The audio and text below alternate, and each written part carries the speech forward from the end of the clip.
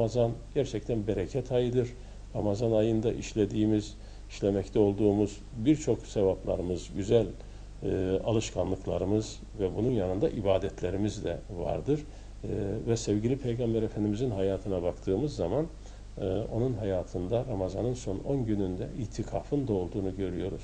Yani dünyevi işlerden kendisini uzaklaştırarak ahiretle alakalı bir tefekkürün içerisine girdiği, tamamen ahirete yönelik bir ibadet anlayışını ortaya koyduğunu görüyoruz ve bu sünnetin de elbette ki Müslümanlar arasında olabildiğince yaygınlaşmasına, hele de günümüz dünyasında insanları meşgul eden o kadar çok uğraşının arasında buna oldukça çok ihtiyaç vardır.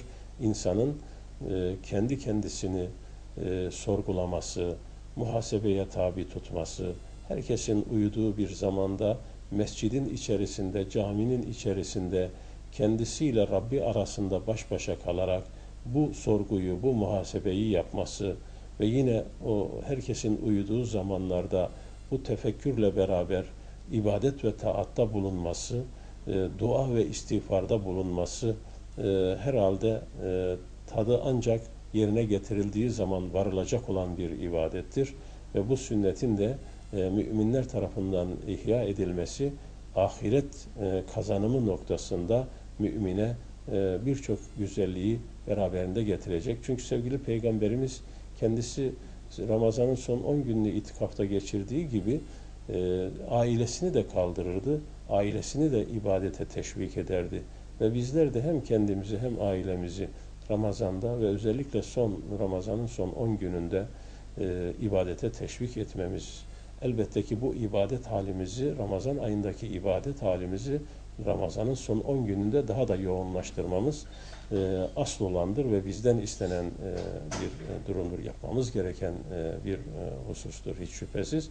Ve Kadir Gecesi malum olduğu üzere evet keşke yapılabilse, her kardeşimizin Ramazan'ın her gecesini bir Kadir Gecesi anlayışıyla geçirebilmesi ve tekli günlerde özellikle bunu araması, ama bu mümkün olmadığı zaman hiç olmaz sevgili Peygamberimizin hadisi şerifleri doğrultusunda Ramazan'ın son 10 gününde, hatta o günün tekli günlerinde Kadir Gecesini arayınız buyruğu doğrultusunda Ramazan'ın son 10 gecesinin her gecesini bir Kadir Gecesi anlayışıyla geçirmenin 83 yıllık gibi manevi bir ömrün uzatılmasına vesile olacağı için bunu da özellikle bütün Müslümanlar olarak hepimizin dikkatle ve özenle takip etmesi ve gerçekten son 10 günümüzün diğer günlerden çok farklı, gecemizin çok farklı geçmesi için gayret ve çaba içerisinde olmamız gerekir diye düşünüyorum. Ve bu elbette ki bizim için gereklidir. Bizim kurtuluşumuz için gereklidir. Bizim necatımız için lüzumludur. Bizim ahiretimiz için gereklidir. Yüce Rabbimizin rızasına vardığımız zaman mutlu bir sonuçla karşılaşmamız için gereklidir.